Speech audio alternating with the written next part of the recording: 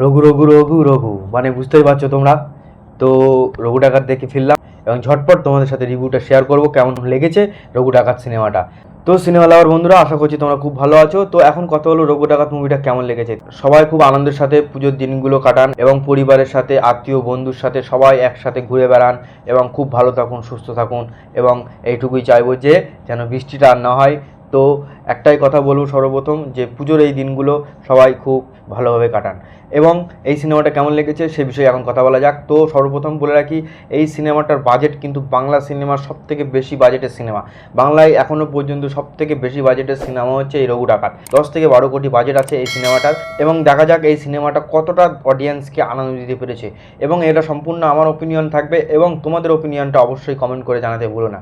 তো প্রথমত বলে রাখি, এই সিনেমাতে সর্বপ্রথম আমি যাকে নিয়ে কথা বলবো সে হচ্ছে অনির্বাণ ভাই। পাওয়ার স্টার নাম দেওয়া হয়েছে তাকে, তো সেটা সে সম্পূর্ণ জাস্টিফাই করতে পারে। তো অনির্বাণের যে লুকটা, সেই লুক নিয়ে হয়তো হলিউড থেকে কপি বা নানান রকম কথা বলা হয়েছে, কিন্তু অভিনয়টা তো কপি বলতে পারবে না। অভিনয় কপি বলার কিন্তু জায়গা নেই। এই সিনেমায় একটা জিনিস ইউজ করা হয়েছে, যে জিনিসটা এতদিন ধরে আমি চাইতাম। জিতের সিনেমা হোক বা দেবের সিনেমা, ঠিক আছে, এই জিনিসটা যদি হতো তাহলে কিন্তু খুব ভালো হতো। তা সেই জিনিসটা কি? এই সিনেমায় এমন একটা জিনিস ইউজ করেছে যেটা সত্যি বলছি অডিয়েন্সকে ঘুসবাম্পস দিয়ে দেয় একদম প্রথম থেকেই। তো জিনিসটা হলো থালাপতি বিজয়, রজনীকান্তের সিনেমায় আমরা অনেক সময় দেখেছি সুপারস্টার রজনী, থালাপতি বিজয়, ওই যে টাইটেল কার্ডটা তারা ইউজ করে, যে বিভিন্ন সিনেমার পোর্শন থেকে তাদের লুকগুলো, হিরোদের লুকগুলো নিয়ে সাজিয়ে গুছিয়ে একটা সুন্দর করে একটা টাইটেল কার্ড তৈরি করা হয়, থালাপতি বিজয়, সুপারস্টার রজনী। তো সেই জিনিসটা এখানে করা হয়েছে মেগা স্টার দেব, আর সেটা দেখতে না ব্যাপক ব্যাপক লেগেছে ভাই। সেই জিনিসটা খুব খুব খুব ভালোভাবে ওয়ার্ক করে এবং এই জিনিসটাই দরকার ছিল। আমি এর আগের ভিডিওতে একদিন বলেছিলাম যে এরকম টাইটেল কার্ড আমাদের বাংলার ইন্ডাস্ট্রি হিরোদেরকে অবশ্যই ইউজ করা উচিত। কী হয় এতে একটা হিরো বা যে সিনেমার মেন লিড হিরো বা আমাদের সুপারস্টার যারা, তাদের না আলাদা রকমের একটা হাইপ তৈরি হয়। সেই জিনিসটা দেখতে ভালো লাগে প্রত্যেকটা সিনেমায়। এবং এটা যখন ভাইরাল হবে চারিদিকে সোশ্যাল নেটওয়ার্কে, যখন ভাইরাল হবে জিনিসটা দেখবে তখন তোমরা আলাদা রকমেরই ঘুসবাম আসবে তখন।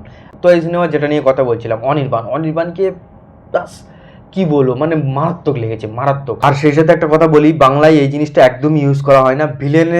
ভিলেন হয়তো থাকে, ভিলেনকে হয়তো বড় ক্যারেক্টার দেওয়া হয় যে বিশাল বড় একটা ভিলেন, কিন্তু তার বিল্ড আপ দেওয়া হয় না।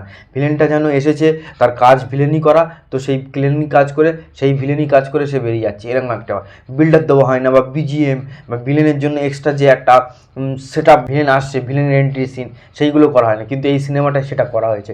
এবং অনির্বাণকে সেই জায়গাটায় দারুণ লাগে। অনির্বাণকে বিল্ড আপ দেওয়া হয়েছে আলাদা, ভিলেনের যে বিল্ড আপটা দেওয়া হয়েছে, বিশেষ করে এর আগে যে খাদানের সিনেমা, সেখানে কিন্তু যিশুকে বেশ বড় মাপের ভিলেন তৈরি করা হয়েছিল, কিন্তু ভিলেনের কিন্তু বিল্ড আপ ছিল না, এক্সট্রা করে কোনো বিজিএম বা এই ধরনের কোনো কিছু ছিল না, কিন্তু এখানটায় সেই জিনিসটা করেছে এবং এটা খুব ভালোভাবে ওয়ার্ক করে এবং খুব দারুণ লাগে দেখতে। এইসব সিনেমার ভাই রিভিউ হয় না, ঠিক আছে। অ্যাকচুয়ালি রিভিউ করা আর না করা কোনো কিছুর এফেক্ট, মানে কোনো কিছুই এফেক্ট পড়ে না। যেরকম এসআরকের পাঠান এসেছিলো, জাওয়ান এসেছিলো, হয়তো রিভিউ করেছে, প্রচুর মানুষ রিভিউ করেছে, কিন্তু সেগুলোর কিন্তু রিভিউ দরকার পড়ে না। জাওয়ানের কিন্তু রিভিউর দরকার পড়ে না। তো আরেকটা জিনিস আমি তোমাদের বলবো, আমার বাড়ি থেকে সিনেমা হলের দূরত্ব মাত্র 500 মিটার, হাফ কিলোমিটার একটু কম বেশি হবে। তো খুব হাইপিস সিনেমা যেগুলো থাকে বা সময় থাকে, তখন হয়তো আমি 35 থেকে 30 কিলোমিটার জার্নি করে সিনেমা দেখতে যাই মাল্টিপ্লেক্সে।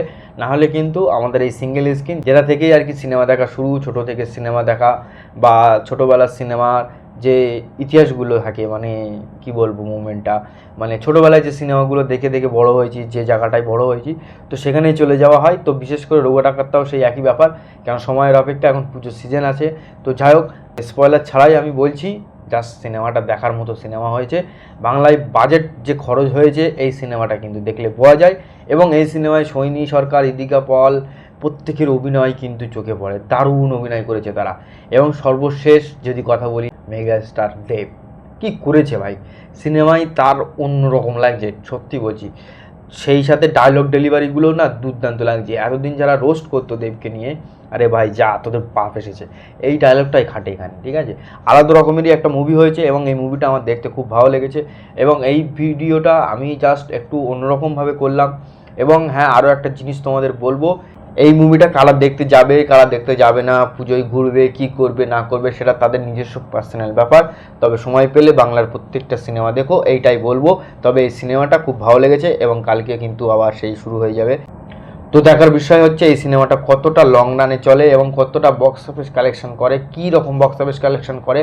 তো ধূমকেতুর আমি বলেছিলাম 25 কোটি পার হবে অ্যাপ্রক্স, এবং এখানে আমি বলে দিচ্ছি তোমাদের 30 কোটি পার হয়ে যাবে, এটা আমার ধারণা।